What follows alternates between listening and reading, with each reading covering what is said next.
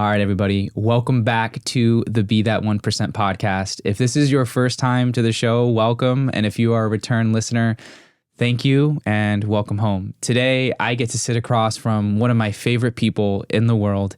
I'm going to explain who he is, what he's done, and how he's impacted my life. And I'm excited to dive into his mind, his heart, his soul, because in my 13 years-ish knowing him, not only have I seen different versions of him, but all of those versions are incredible and inspiring. And so my guess is that within minutes of you hearing his voice and just how he operates, you'll feel that sense too. But I'm sitting across from Dr. Mark Guadagnoli, who has worked in the industry of academia for over 2 decades. He has taught, lectured at Harvard, MIT, UCLA, UNLV, and USC, and has been featured in publications such as New York Times, Time Magazine, USA Today, GolfDigest, and has appeared on the History Channel and CBS. If that wasn't enough, he is a professor of neuroscience and neurology for the Kerkorian School of Medicine at UNLV, and he will develop and execute the school's Intersession program, which provides medical students with resources for effective learning and performance strategies, communication and life skills, and specialized medical curricula.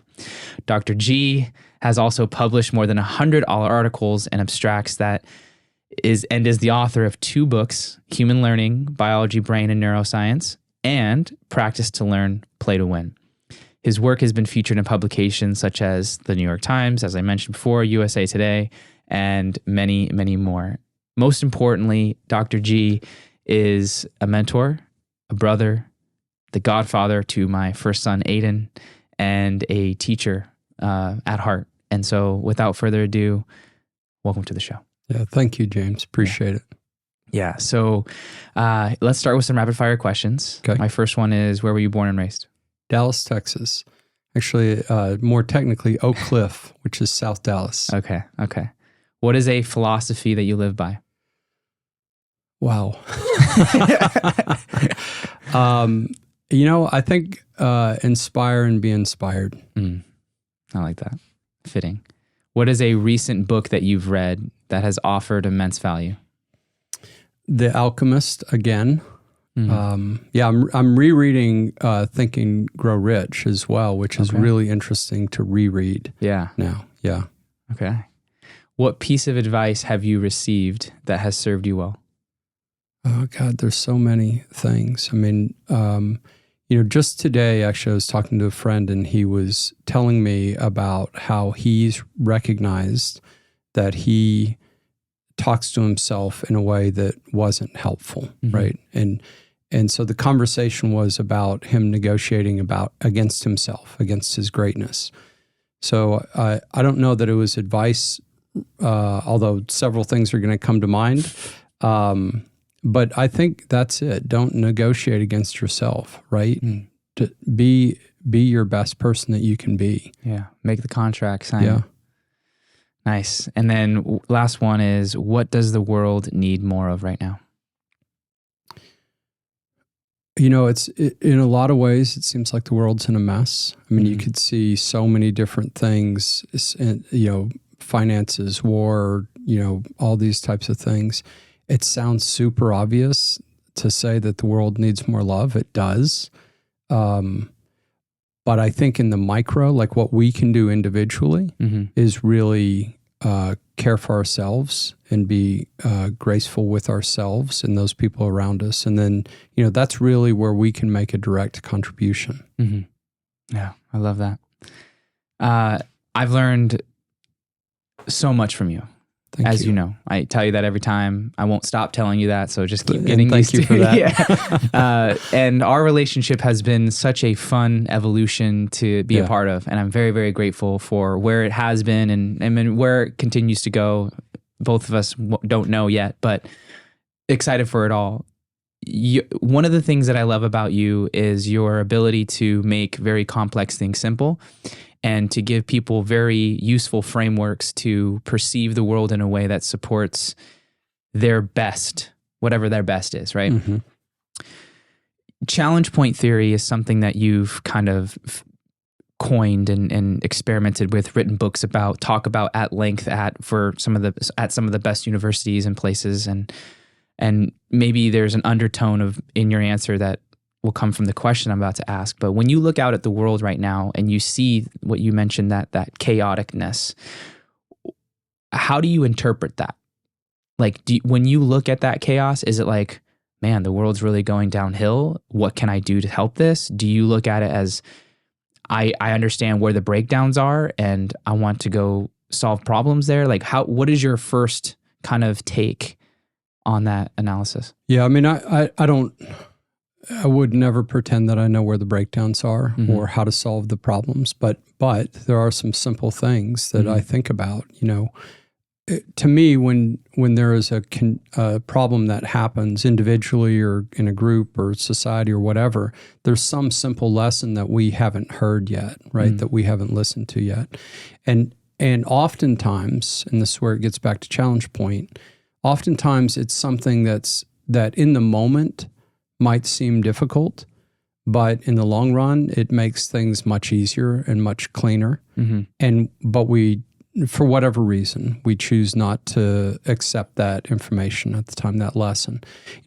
So Challenge Point's interesting because when it was originally developed, it was developed as an answer to 100+ years of science that didn't seem to make sense. And so, fortunately, my co-author Tim Lee and I made sense of it from really a simple interpretation of all this data that nobody had looked at for whatever reason.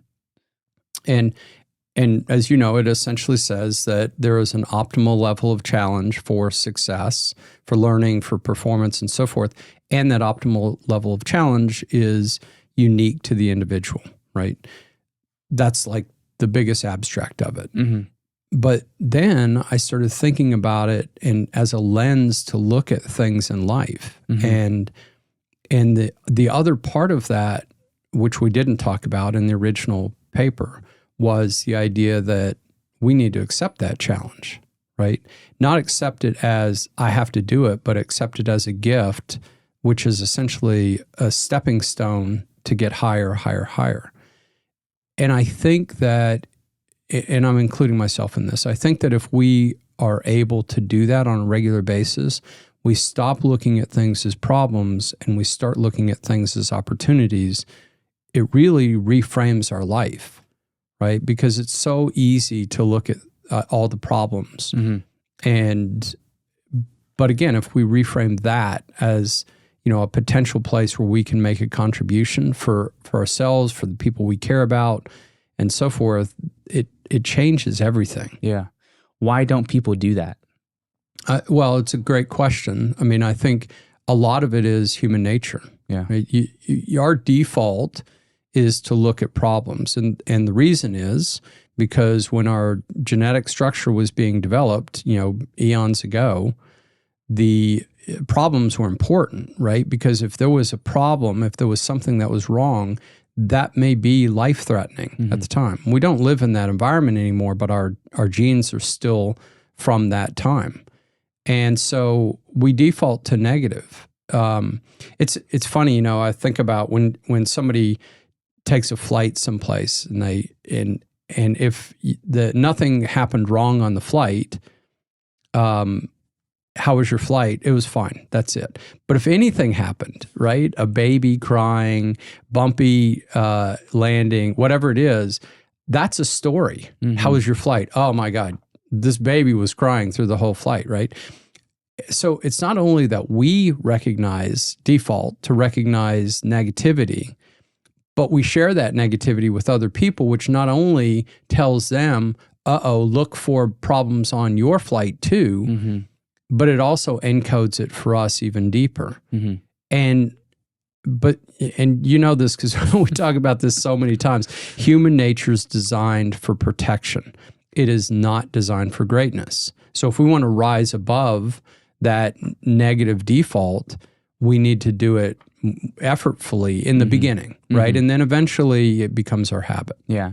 How much of the hardwiring ties in with attachment to the problem? A huge amount. I mean, the Buddhist philosophy that all suffering comes from attachment, right? Yeah.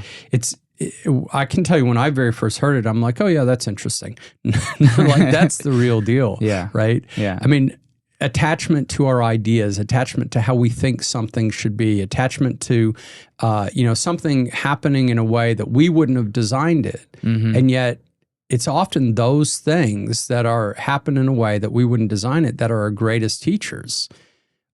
But we don't want that because it feels like a lack of control, right? Yeah. So, and with that control, is there a dip in our identity and the value that we see ourselves as? Well, it's interesting, and I'll confess right now, I've never thought about it till you asked the question, but I think it's a really interesting question because the answer is yes, but it shouldn't be yes. Right. Yes, it is a threat to our identity, a threat to who we are, but then the real question is that identity who we want to be, right? Is that our greatest self? Right. Because for most of us, the answer is no. So then the next level question is, okay, is that a threat to our greatest self? And the answer is probably no, right? But most of us, and again, I put myself in this category, most of us don't live our lives as our greatest self. Yes, because of stress, maybe so many environmental factors, responsibilities, kids, like there's a lot going on. Mm-hmm. When you interact with someone that, hasn't yet created that framework or operates from that on a regular basis, what would you say is your first kind of task for them to do so that they can begin asking themselves that question? Is this harming my best self? As opposed to just allowing the problem to get so big that the problem controls who they are, their behaviors, their emotional reactions, all of that. I think the typically the first thing, and I say typically, I'll explain that in just a second, but typically the first thing is to go through what I call the foundation document. And the foundation document starts with, what are moments of joy in your life? And so that question disarms people first and provides a lot of insight, right? Because once you start listing these things, if you can list these things, right? Because some people are like, I can't really think of anything. Well, that's a pretty important piece of information right there, right? But once they start listing these things, there are patterns that you start to see that come up, like adventure or a challenge, overcoming challenge or being with family or those kinds of things. And those types of things inform us as far as what we truly value. Right. And in a lot of ways, those moments of joy are moments that come from our greatest self. And so you get to identify it without asking a person, what is your greatest self? Because most of us don't know. Yeah. Right. So that's really a good start. And then what do we do to get to that on a regular basis? And then, okay, this decision that you're making right now, is that aligned with those values? Is that aligned with that greatest self that we talked about before? Mm-hmm. I said earlier about not negotiating with yourself. What I mean by that is a lot of times there's something that we don't do, like we don't raise our hand in class because we're afraid, but we make an excuse, right? Oh, I don't want to bother the class, or I don't want to, and then the question's really simple. Would your greatest self do that? What would your greatest self do, right? And the answer is almost always super obvious. I'd raise my hand because, I can learn and I can help other people learn, right? But we negotiate with ourselves on that. Yeah. And so it really comes down to, are the decisions and the behaviors and the mindsets you have aligned with your greatest self? And this question, as simple as it sounds, what are 10 moments of joy in your life? They help you to start defining that greatest self for you. I like that. You worked with Zappos and you were, responsible for creating that culture in a lot of ways, and what it kind of morphed into. You worked hand in hand close with Tony Hsieh. What were some of the things that you implemented at Zappos that you think contributed to the level of success that they've had, both as an organization, as a culture, and even as a just a force to change the way business was done at that time? Yeah, so I'll tell you. So first of all, I appreciate you giving me credit for it, but the Zappos was a relatively new but remarkable company when I started working with them. So they already had a culture. They had already established their values, their 10 values, core values. And they had a great leadership. Tony Hsieh, as you mentioned, Fred Mosler, completely underrated, but a remarkable human being. Alfred Lin as well, who was the CFO at the time. Fred, by the way, when I was working there, graduated from having the title of a senior VP to no title, and which I think is fantastic. That's cool. But I think really so my primary job there was to develop Zappos University, which had a few different functions. One of them was the onboarding and orientation program, which Zappos it was already there. We just, kind of upgraded it a little bit. It's a remarkable program. One of the things about it is after the first few days, they would offer employees money to leave. Yeah. It started out with like $500, and I think it ended at like $3,000. I think so, yeah. And that was like the first time any company has done that, right? Any company. And the point was, I think this is a really interesting thing, because on the surface, it was like, wow, Zappos is paying you to leave. So the obvious thing is, if you stay, you're really making a commitment, right? And that's what everybody thought about, and that's true. The other thing is, it just makes financial sense, because if you have to replace that employee at some point, in the next couple of years, because they never were really bought in, it's going to cost you way more than $3,000 to replace that individual. So this is the genius of Tony and Fred and Alfred, because they figured that piece out. Not just the first level or the second level. They kept figuring out levels on levels, and it was remarkable. It was an incredible learning experience for me. And I'm happy to say that, I'm still friends with Fred and Alfred, Tony until his passing. But it was an incredible journey. But so that was one of the major things, the onboarding program and orientation. The other one was the development, professional and personal development of the team at Zappos. So this is things like we developed the pipeline. So how do you move from an entry-level employee to a senior employee? What are the courses that you take within Zappos, which were all taught, by the way, by Zappos people, who were some of the best teachers I've ever seen in my life. I've been in universities for over 30 years, and as a faculty member, and they were remarkable. I still remember several of them, and just being in awe at how they taught with no formal education for teaching. They were just really good people who cared. And so that was part of it. And then there were other classes within that, like yoga and all kinds of other classes that brought the culture, helped fortify the culture. And then there was Zappos Insights, which was bringing people in from outside of Zappos and teaching them kind of the Zappos way. And that was the revenue generation piece. I remember Tony saying, I asked him when he asked me if I would run Zappos University, and I said, yeah, what is it? And he says, well, that's your job, right?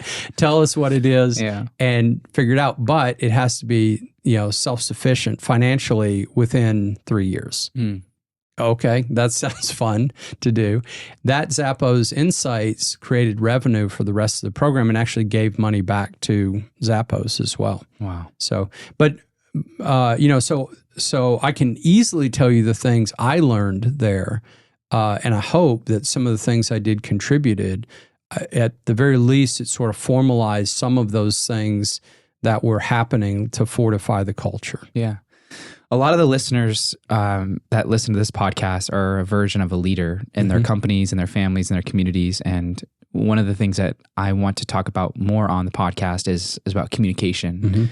Teaching can be an extension of that. And you mentioned that you saw some of the best teachers inside Zappos that didn't have any formal education or background. What was it that maybe care was the main driving force, but how did that get expressed? What strategies or tactics did they use that you were like, that's really cool, never thought about doing it like that, and since have maybe incorporated that into your style, or that's influenced you in some way? Yeah, I love this question because I recognized right away that they were great teachers. I didn't take it apart, which is kind of funny now that I think about it. So I'm going to take it apart in real time right now. So there were a few things. One, they had a deep knowledge of their subject matter, and it was so obvious, but they didn't overwhelm the class with their subject matter. Right. This now, as I'm thinking about it, it gets a little bit to challenge point. Right. You challenge people at a level that is appropriate for them. Correct. And these people could have come in and given all the information they knew about marketing, or all the information they knew about kids wear, whatever it happened to be, but they didn't. They gave the appropriate amount, and as the student got more and more knowledgeable, they raised the level of what they did. So I think that was one of them. The other one is that there was no ego involved with them teaching. It was very clear that their goal was to give the gift of knowledge to the people that they were talking to. And so many times in formal education, there's an ego there, whether people realize it or not. If the teacher is challenged by the student, the teachers sometimes get pissed off about that, right? Instead of going, how cool is this? The student challenged me. I don't mean being offensive or anything. I mean just saying, curious. I don't understand that. Can you explain it again? That's a challenge to teachers. I mean, that's the student challenging the teacher. It doesn't sound like it, but it is. I don't understand, right? What these people I'm talking about, Pam and Chris and these people, Mike and those people at Zappos, they would say, oh, that's a really good question. Let me give you a different example of this, right? It wasn't like, oh, you just stabbed me in my ego. Yeah. It's let me help to understand that. And maybe I'll learn something from it as well. Yeah.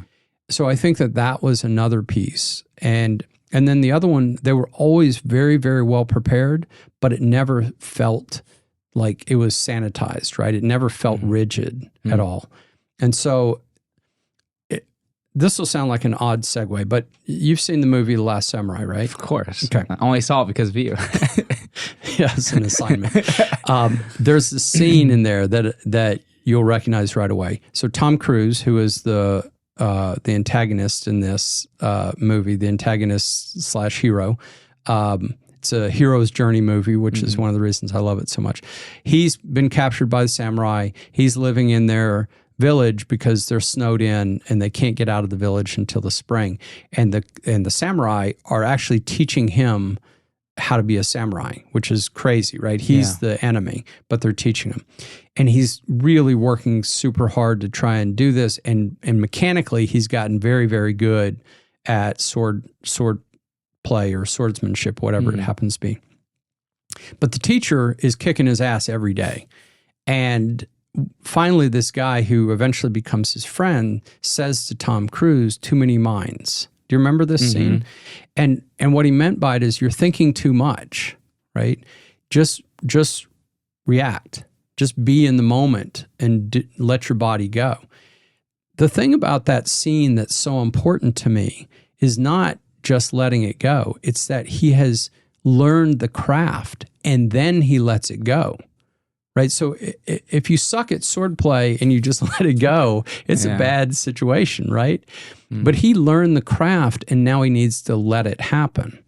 And I think that's what those teachers did. They knew very, very well what was happening. They were very prepared about it. And then they walked in and let it go. And it was like a symphony, watching a symphony happen in front of you. We don't think about the complexities of a symphony. We just enjoy the music. And that's what happened in those classrooms. Yeah. And it was remarkable. I think it was Bruce Lee's quote that says, study the form so that you could become formless. Yeah. Know the rules so you know which ones to break. Right. Kind of like this line of thinking. Yeah. Which I think is really important because if you don't have the appropriate skill level and you're trying to let it go, then you're not really learning. I mean, maybe you are, but it's not directional. It's not as intentional as it can be. So then my question for that is like, how do you know when you get to that level of skill? Is that someone else saying that you're there, or is that an internal thing? Is that just trial and error and you figure it out along the way? Yeah, I mean, I think it's a cool question. Lots of these, by the way, I've never thought about. Yeah, no, I know. This is I think two things. I think there are two answers to this. One, it's not about knowing that you're there. It's about letting go when you're in the moment. And then you find out if you were there. Okay. And number two, you're never there because it always changes. And so, but you have to be okay with that, right? Because that's the other thing that I got from what you said was there's an opportunity, and I think great teachers do this. There's an opportunity to learn while you're teaching. Yeah. You know, I was talking to somebody the other day, and I was telling him he was having a really difficult time, kept getting the rug pulled out from under him, you know, figuratively, in all these different things. And I said, you know, I think what's happening is there's a lesson that you're not willing to learn yet. And the lesson is control. You're holding on so tight to control that you're not able to let go and be successful. Well, I don't know where that came from exactly from me, but all of a sudden I'm like, holy crap, I'm doing the same thing, right? Right. It's in teaching, and you know this, in teaching, it's the greatest opportunity to learn. Yeah. But you can't teach from a place of ego and learn at the same time, right? And so that's why being rid of ego in that situation is not important, it's necessary. Right? To really serve the people you're teaching and learn the most out of that environment. Yeah, there's so many factors there. It's like I got to be so comfortable with myself that no external thing could cause me to think too much about myself and instead focus on the mission, which is to create an environment where everyone is engaged and everyone can learn. Yeah, I mean, I think what I'm going to say is for me, right? Yeah. Because I think that each person has their own way of doing it. For me, I don't feel like I need to be so comfortable with myself. I just need to have faith and courage. Okay. Because I don't know everything, and there are things that are going to come up that may stump me. What a cool opportunity that is, right? Yeah. Again, this is part of Challenge Point. It's when you run into these points of adversity, that's a point of opportunity. Right. Not a problem. Right. And so it's really interesting because to me, the difference between it being an opportunity or a problem is ego. It's a problem if, oh my God, I don't know that answer. I don't know the answer. Right. Yeah. It's an opportunity when it's how cool is this to learn something, right? And so I think, and I'm just sort of thinking through this as we're talking, but I think that for me, it's more, I'll do my best to prepare for the opportunity, but then I'll just let go, right? Yeah. You know, you had a workshop one time here in Vegas. Excuse me. It was a great workshop, and at one point you'd asked me to speak about something, and I say something because I don't actually remember what it was. Yeah. But there was a woman in the front who I had asked a question, and she raised her hand, and it was really interesting because for whatever reason I could tell that she was very frightened about raising her hand. I was so impressed with the courage that she had. And I said something to her because I felt this, and it was almost shocking the way that she responded in such a positive way. That wasn't anything I prepared. That was something I felt in the moment of what was happening. And I think that, but I also think that because the person prepares, they're more able to be in the moment and more able to connect at that point. Right. And read what the room is requiring. Right, exactly. And adapt. Yeah. Yeah. This is good. A lot of leaders on the show, right? We talked about some communication strategies, some things that you've noticed from Zappos. Let's go more into like interpersonal communication. Maybe you could use some professional examples, or maybe you want to use intimate relationship examples. But I feel like there's a communication breakdown somewhere, or it can be enhanced in a lot of ways, both in how people talk to themselves and how they talk to other people. What are some useful strategies that you use on the daily to create and foster collaborative kind of conversations that lead to either a breakthrough or a learning opportunity or just a meaningful talk about anything? What are some things that you use regularly for that? Well, so there's two things that jump in mind. Well, the one of them is, I think the one you're going towards is competitive and cooperative communication. Yeah. And, the story about how this was developed really by having a discussion, I'll call it, with my son at the time. Right. But the essence of it is that I was trying to figure out ways that we could come together on a place where we were not together. And he was just trying to get out of, in this case, going someplace that we were going to go. He wanted to play his video games, right? And so he would say or do anything to get out of it. So what came from this was an understanding that kind of two ends of the spectrum. He was on a competitive side. He wanted to win this discussion. And I was on a cooperative side. I wanted us to come together because the relationship was more important. And in that particular situation, once I realized that, I said, Max, here's what I think is going on. You're just trying to win, and you'll say whatever you want to say to win. And I'm trying to cooperate and, trying to figure out ways that we could come together, and we're missing each other. So we're never going to resolve this because we're playing a different game, right? By different rules. And I asked him at the time, I said, look, he was 7 or 8, I think. And I said, are you more interested in our relationship being good or in you winning an argument? And at the time, he said, I'm more interested in our relationship being good. Obviously, as he grew up, that changed, multiple times. All through the teens, I think it leaned towards the win the argument, right?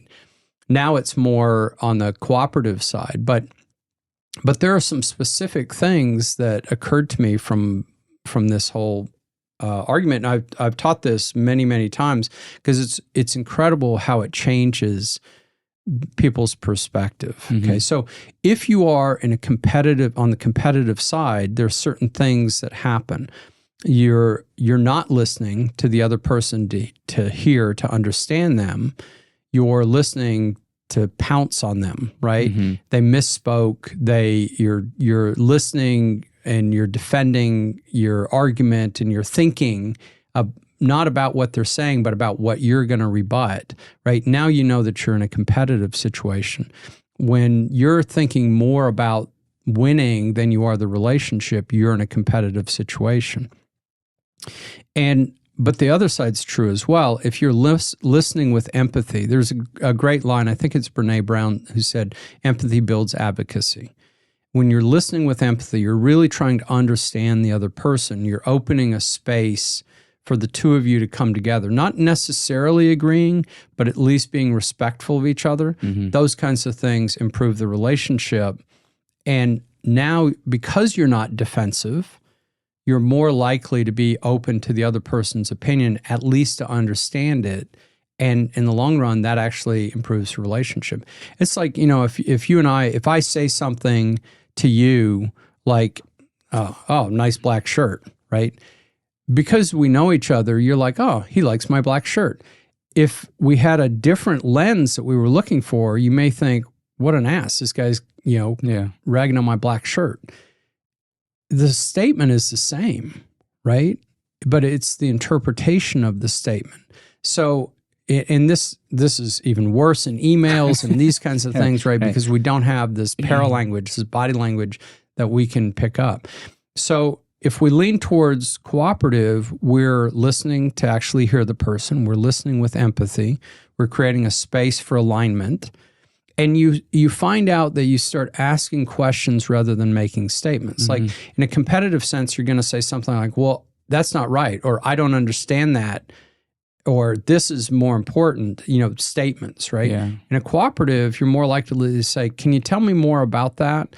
Or this is actually an interesting point. I didn't think about it. Can we expand this a little bit? Or do you think this is right based on what you're saying? Right. So it becomes a really different dance. It's discovery. Right. Yeah. And so, and again, it's not just for that moment. It's also for the relationship, which then impacts future conversations as well, including email or text or whatever. So in this whole thing, people, if that's all they hear, they think, oh, we should try to strive for cooperative communication. That's not true. You use the right tool in the right situation. I work at med school, as you mentioned, and I work with trauma surgeons and emergency physicians and so forth. They don't have time. It's a life and death situation. And so in those moments, it really is competitive. There's a hierarchy and it has to be followed, and we have to get this done or this person's going to die, right? But outside of that environment, it can be cooperative. And then when you're in that environment and it becomes competitive, people are okay with it because they understand the necessity of it. So there are right times for different communication tools. But if you never think about it, you just default, and you typically default on the competitive side. What does the competitive and cooperative conversation look like towards yourself? So, this is really interesting. The friend that I was talking about today was saying he's been judging himself. Yeah. And he didn't recognize it until he was kind of quiet for a while and he realized what was being said. One of my favorite sayings is, if you want to know where you're going to be in 5 years, listen to how you talk to yourself now. Yeah. Right. And so it is exactly the same with yourself. And in a lot of ways, it's more important because we're talking about the relationship with ourselves. And it's remarkable the things that some of us say to ourselves. We would never accept that from someone else. And yet we say these things to ourselves matter-of-factly. Oh, you're so dumb. I can't believe you did that.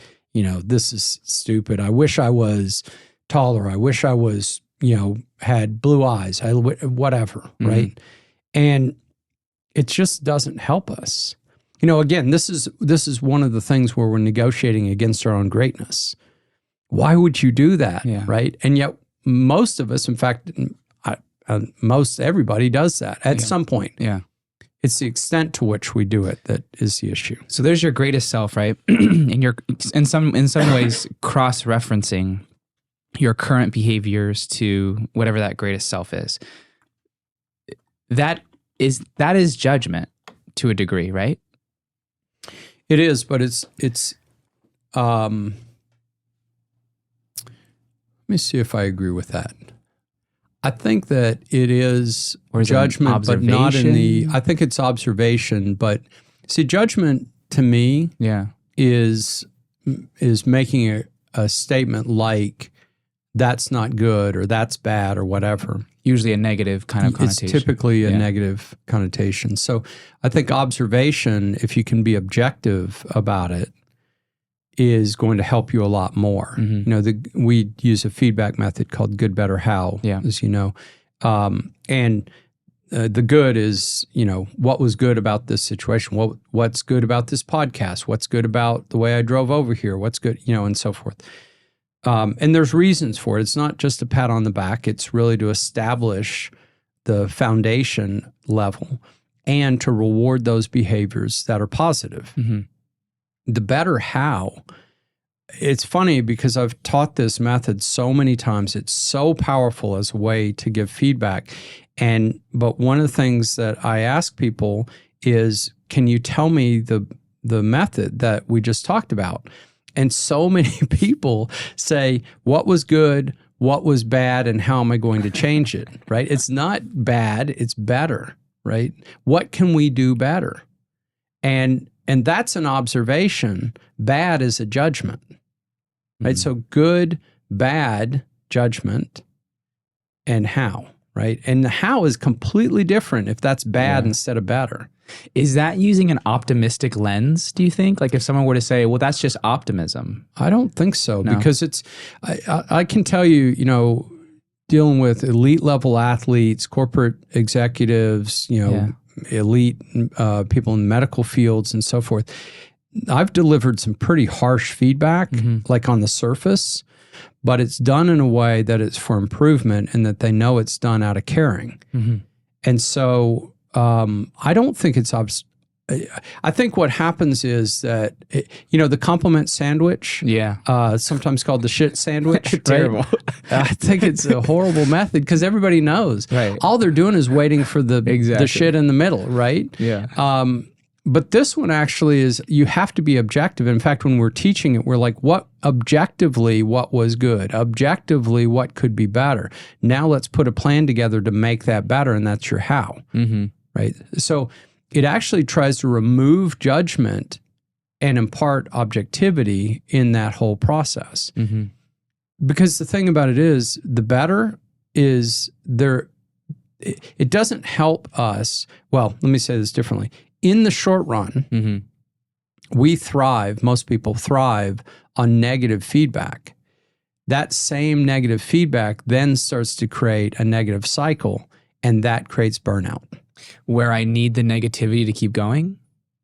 Well, so what happens is if you are only looking at the negative, which by the way, we're taught to do. We're wired, right? Right.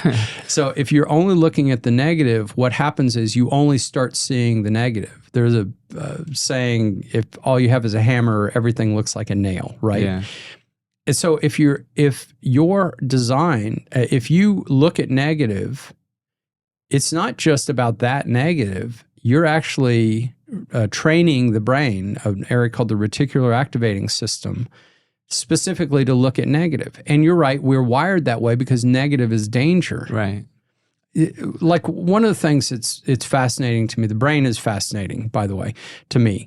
And one of the things about it is, if I drive from work to home or vice versa, I'm actually predicting, without me knowing it, I'm predicting the entire way what's happening.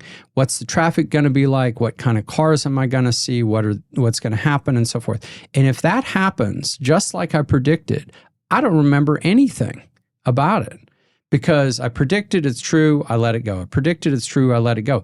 But if one thing goes wrong, like, for example, traffic was slower, there was an accident, or somebody cut me off, or those kinds of things, all of a sudden, my prediction was violated, and now I'm going to snaps me into the moment. There's a danger opportunity. I remember it. Not only do I remember it, when I get home, I talk about it. Right, all these different things because we're wired to see the negative because of our ancient tools, our ancient genes. Right, that's a survival mechanism.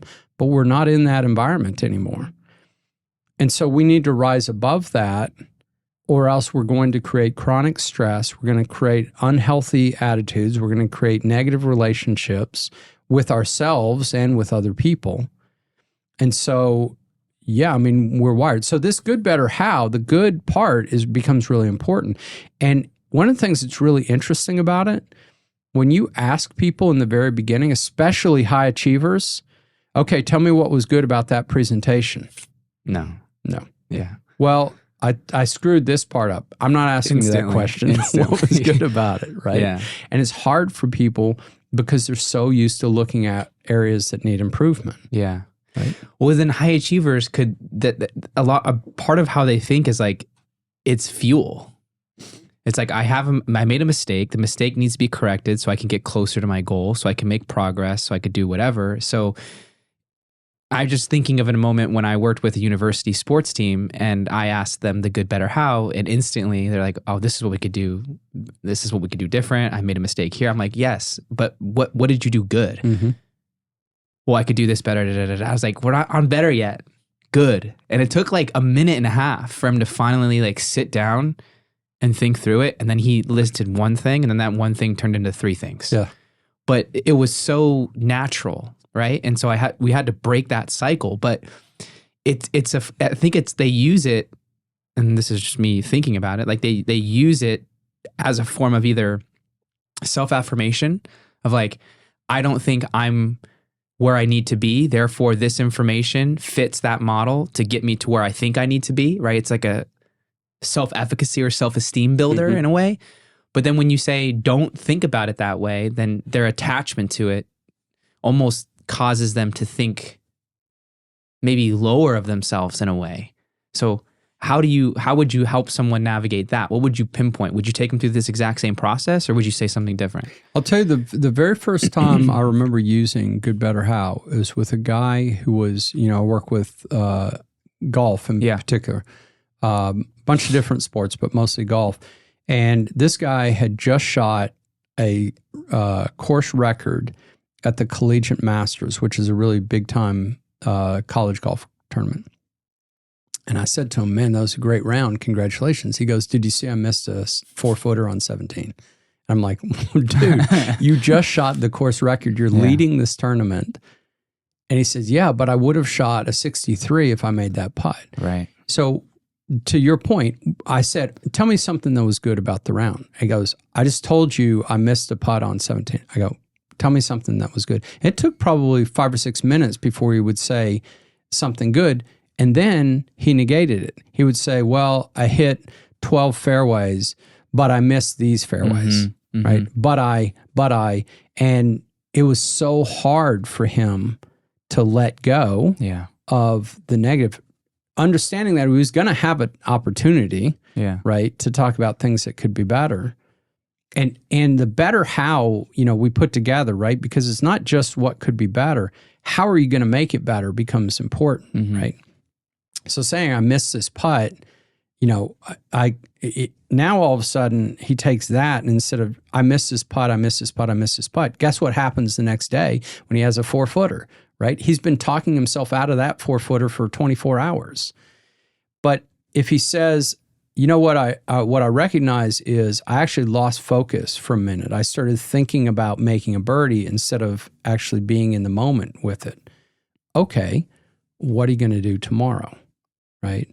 I'm going to make sure that I'm in the moment. That's a completely different situation. But again, most of us are taught to think about the negativity around that. Again, that's not a being optimistic. That's being, objective in there and strategic with it. But it takes somebody trusting the process, and in your case, trusting you as well when you're talking to them about it, and a little bit of success. We're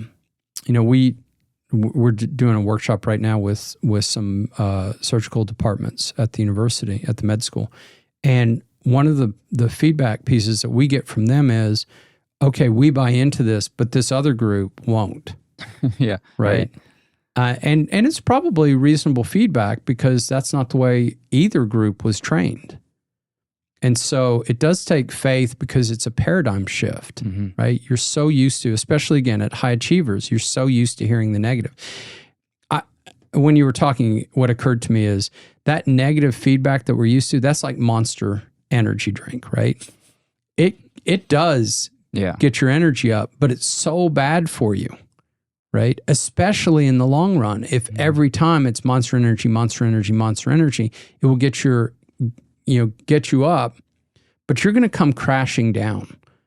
So what if you could have something that systematically got you to that point on a consistent basis that turned out to be good for you? And that's what it is, right? Because sorry, I don't want to go too far on this, but the other thing is it's not just about that moment. It's about the next time you're in that opportunity. And if all you're thinking about is the bad, your physiology changes. It's like you're locking it into place. You're locking it into place. You're creating more arousal, more anxiety around it, and the likelihood of success decreases. Yeah. I think that's the key right there. And then the cycle continues. It loosens the grip of the finality of it, right? It's like I made that mistake, snap of that moment in time, and that's all exists in my mind. and I have to work on correcting it, but you're still operating from the frame of you missed the putt. Mm-hmm. So I missed the putt is still the premise. Right. As opposed to I lost focus, which resulted in me missing the putt, which is something that I can control. Correct. As opposed to living in a movie where I already know the ending. Yeah, that's exactly right. I mean, there's so much to that as well. I mean, it sounds simple on the surface, but there's so much to that. Yeah. Because, ultimately the things that we talk about may sound like they're attitude things or whatever, but at some point they're affecting the physiology, the peripheral physiology, the neural physiology. They're affecting these things because that's dictating your next behavior. Because it's our brains are predictive. Right. Right? We do typically what we've done. And so I'm going to anticipate that this is going to happen again. Therefore, I'm going to prepare my neurobiology, my physiology, my thought process so that when I enter that arena, like I already have preconceived notions of what's going to happen. So it's how do I prepare myself to enter the moment with being the most prepared and the most flexible. That's exactly right. Yeah. And this Good Better How method does that. Yeah. There are nuances to it. You have to learn it from people who know how to do it. You have to practice it. You have to look at the nuances to it. It sounds really simple on the surface, which is one of the great things about it. There's a deep, deep understanding of the science around it as well that dictates those nuances.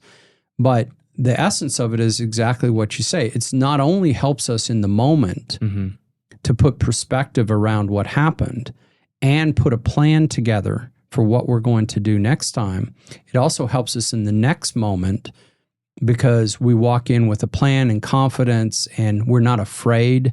This is the big thing. If in that putt example, I'm afraid for the next 4-foot putt. Right. Right? Because if I miss it, then it affirms that I'm not who I think I am. Right. But then that's about you. That's ego, right? I mean, it's the circle that keeps spinning, right? And so if I walk in instead with, okay, I understand how to deal with this situation now. It's completely different. Yeah. Right? And then you track that out over weeks and months and years. And then to your other point, you start thinking about how you talk to yourself. It's a game changer. Right. Yeah. Well, I'm just thinking about professional athletes that have had meteoric rise and success, and then you see a lot of their personal life kind of fall apart, and then that interferes a lot with their professional side, and then their whole world kind of implodes. I'm not saying that one putt is a result of all that chaos, but it's a contributing factor, right? Yeah. So, Would you say? Yeah, it's interesting. One of the very first, regardless, the very first formula I talk to the golfers about is, we call it the performance formula. Ability minus interference equals performance. And so if you could go out and shoot a 65, but you shoot a 75, part of that 10-stroke difference is because you had interference. You were thinking about the score. You were thinking about the next hole. You were thinking about your opponent. You were something was going on. And it's not just thinking about it, because that thinking about it manifests itself in your physiology. For golfers, it's grip pressure, right? That changes a lot. Their breathing changes a lot. But it's the same with people who are going to do a presentation in the corporate world, leaders that you're talking about. It's the same thing, right? They're not in the right physiological situation to be able to create their best work. And so, this becomes one of these things that if you, and just to follow this out, so this person could shoot a 65, they shot a 75, and so what they do is they go and work on their skill, right? Their ability. Well, their ability isn't the reason they shot a 65, because 75. The day before, when they were practicing, they shot a 65, right? So it's not that skill or ability changes, it's that interference changes. And the greatest example of this in anywhere I've seen happens to be in golf, and it's Tiger Woods. Tiger Woods was the greatest golfer maybe ever. One day, And then he had a 7-iron through the back window of his car. And yes, he got in an accident, but that's not the reason he dropped so far, right? He had won, I think it was a U.S. Open maybe, with a broken leg at one point. So a 7-iron and a little scratch is not going to drop him that far. It wasn't that his ability changed, is the interference changed. Yeah. And so often we work on just ability and we never work on interference, decreasing interference. Yeah. And again, this isn't just sports. This is in every aspect that we have. And so the challenge point, one of the things about the challenge point framework is it actually teaches you how to work on ability and interference at the same time. And so you're increasing ability, you're decreasing interference, and the net result is much better performance. Right.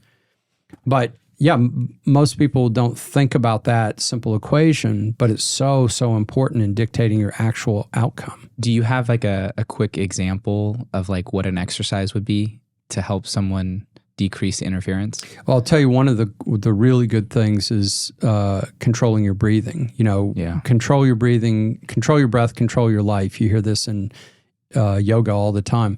But there's a breath walk technique. We've got a video of it with the Academy. But another one is, essentially these are all about being in the moment. The breath walk technique changes your physiology immediately.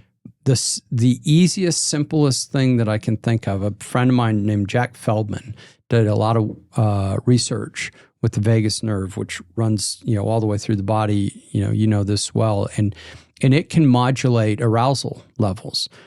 And he found that if you sigh, so it's just a, and when you do that, you can actually feel it vibrate in here, right?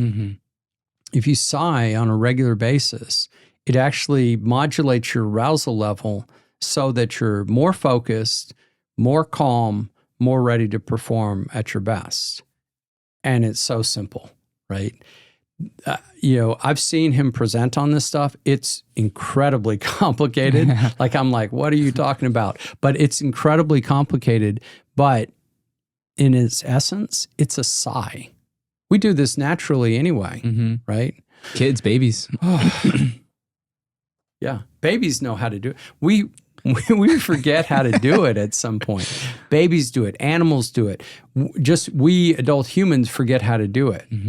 But it's so simple. So that's one of the easiest ways to do it. And breath walking does the same thing. It's just a little bit more systematic. Yeah. So that's beautiful.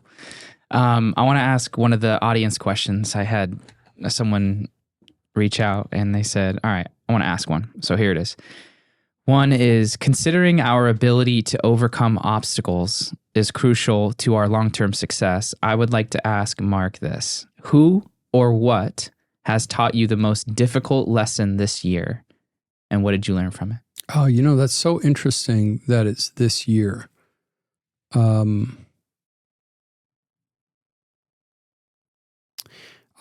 I'm going to say this, even though I hesitate because it's going to sound arrogant, but me, and because it's my responsibility to learn things that other people put in front of me, or sometimes I put in front of me, that I have an opportunity to learn from or not, right? And so on a daily basis, I learn from other people, lots and lots of things. But that's my choice to learn from people. I learn from you every time we talk. And we've got a mutual friend, Brandon, every time we talk, I'm learning from him as well. Basically, almost anybody that I come in contact with, my significant other, my kids, anybody, I learn from them. That's a choice that I have. And the friend that I was talking to today, as I was driving over, we were just having a conversation, and he just told me as something that he had been thinking through. And I had a choice in that moment. We all have this choice of listening to what the person says and choosing to learn something from it or not. And so I'm saying me, but I'm actually saying that for all of us, right? We all have the opportunity, and we ultimately are responsible for what we do and don't learn in those situations. We're incredibly grateful for those people who give us the opportunities, but ultimately it's us. Mm-hmm. It's our responsibility or not to learn from something. And so, and I got to tell you, it's hard for me to say that because it sounds, to me, on the surface, it sounds arrogant. It's not. It's grateful. I'm incredibly grateful to be able to have those opportunities to learn from people around me. But ultimately, it's my responsibility. Mm-hmm. Yeah, it's great. Responsibility being key. I think anyone who takes responsibility has just more autonomy, and you move through the world differently. You're not a tumbleweed. You're more a tree bearing fruit that everyone else can eat and enjoy from. Right. Right. And it's long lasting. You know, the Coach Carter, the movie and the poem, right? Mm-hmm. My greatest fear. I mean, I love that poem. It's hard for me to say it sometimes, and this is one of my shortcomings. Something that I'm trying to work on. It's hard for me to say it about my strengths, right? Because at some point in my life, I was taught that wasn't appropriate, and early on, and that's one of the things that stays with me for a long time, and it's a battle that I have on a regular basis. I love that poem, but it's incredibly hard for me to say that poem, right? And these are the things where we get to look at those opportunities. That poem's not teaching me. The poem's providing me an opportunity to learn. But again, it's ultimately my responsibility to do it. Yeah. I love that. All right, as we wind down here, is there anything that we haven't touched on that you want to bring up, share, mention? You know, the only thing I feel like if I'm listening, we've mentioned challenge point several times, but not really to the extent of explaining it. So just in a brief way, would you mind explaining it? I'll explain how I understand it, and then you can give me the coaching on it. So you have a visual with this. There's a circle inside of a bigger circle, inside of a bigger circle. Maybe the third circle, maybe not so much, but the first circle is the comfort zone. That's where we typically do what's comfortable. We don't push ourselves. We kind of just do the status quo. The next circle is the stretch zone. And that's where you're getting outside of your current ability. You're in a space where it's new, it's different, and your skill hasn't caught up to the opportunity yet. And then there's the danger zone where you're too far. It's so past your skill set that now it becomes a detriment to your growth. All you can think about is the gap, and you can't reel in your focus to build the skill. And so challenge point is really finding the stretch. Where is the stretch for you in your relationship, in your business, in your speaking ability, in your podcasting, interviewing skills, and placing yourself either in the environments around the people or within the opportunities to grow those skills, and trusting the process that when you do that, your ability will rise, and along with it, your belief that you can then continue to grow at that level in a different way. So that is a beautiful description of edge of stretch. Okay. So edge of stretch is a model that I was first introduced to by a guy named Jamie Fitzgerald, who's an incredible human being. He's set the world record for rowing across the Atlantic. He walked to the South Pole. He and his partner walked to the South Pole. It's crazy stuff. And he was in the stretch zone a lot. It's a really important model, and it overlays really well with challenge point as well. So the challenge point also has a graphic to it, but the idea behind it is that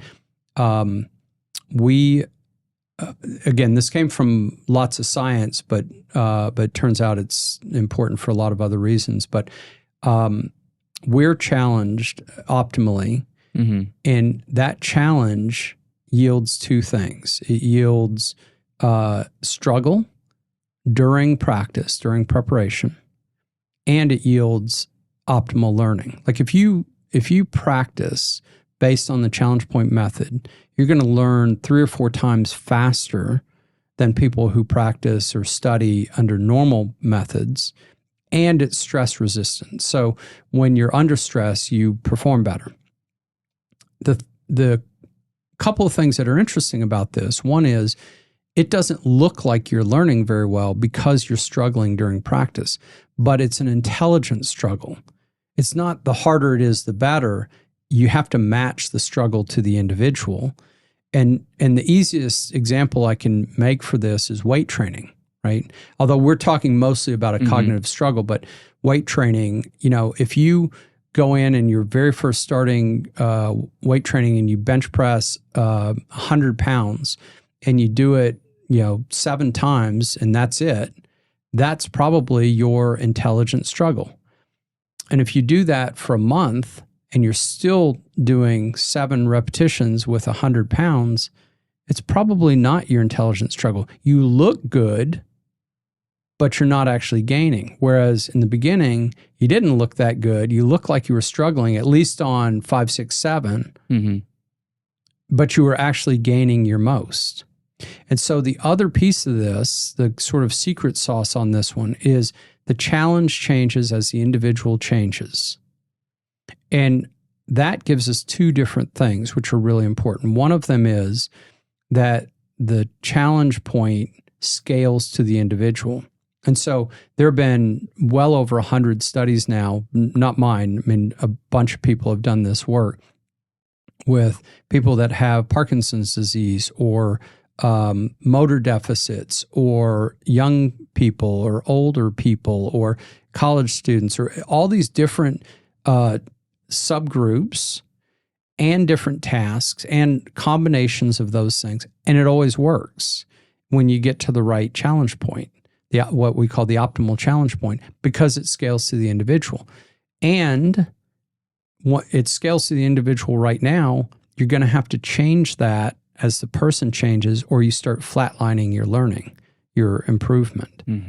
And so that concept is one that really drives a lot of what I do in life, the way that I see things in life, how you teach yourself, how you teach others, how you practice, how you, if somebody's failing, are they failing because they're not being challenged enough or they're being challenged too much or, all of these kinds of things, right?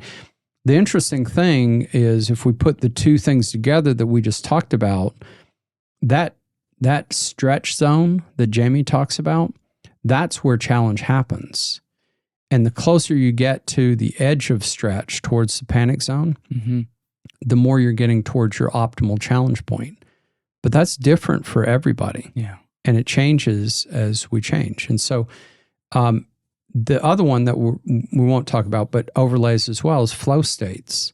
You have to challenge yourself at this optimal level to be in a flow state.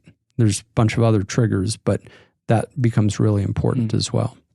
So, yeah, I mean, these are things, obviously, I love them, and we could talk about them forever. Yeah, well, part 3 coming up. Mark, thank you for your time. For those of you who have just heard what we've discussed today and you want to learn more, you have a podcast now through the university, right? Yeah. Do you want to guide people there? Sure. What's the best way? It's called The Academy at UNLV Medicine. And we have topics like this. We also have podcasts with plastic surgeons, and one of the early ones was called Lessons from Trauma Surgery and the Fishing Boat. So lots of different things, both medicine related, not medical related. But yeah, we're trying to give away free content to improve people's lives. Beautiful. So go check that out. Mark also has an Instagram, but I don't know how active he is on that. So it might be a secret door you have to get through. But Mark, thank you for your time. You're welcome. I appreciate you. Much love. Yeah, thank you for having me. Yeah, of course. Peace, everybody.